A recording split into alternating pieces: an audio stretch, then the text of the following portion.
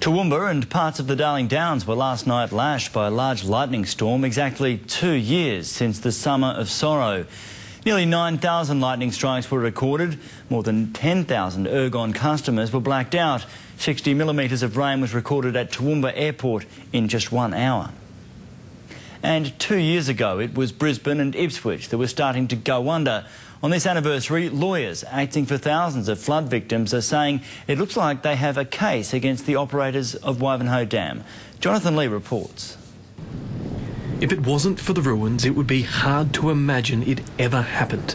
After weeks of rain, Ivanhoe Dam, built to prevent a flood, opened its gates.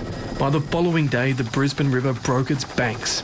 The images seared into our minds. From the Drift restaurant to the little tug that could, those swamped city streets and thousands of vanishing uninsured suburban homes. We are Queenslanders. We're the people that they breed tough north of the border. Maurice Blackburn's class action is still years away from a courtroom, but amongst more than 4,000 registered flood victims, confidence grows. We literally are perilously close to being able to provide, the report back to people that we promised. But it looks like there is a case to answer for the operators of the Ivanhoe Dam. It's a looming burden for the new government. The state will deal with whatever comes to us in a responsible and reasoned way. From the air, our river and bay have returned. Summer once again means South Bank. The floods of 2011 caused $7.5 billion damage, $12 billion if you count Cyclone Yasi.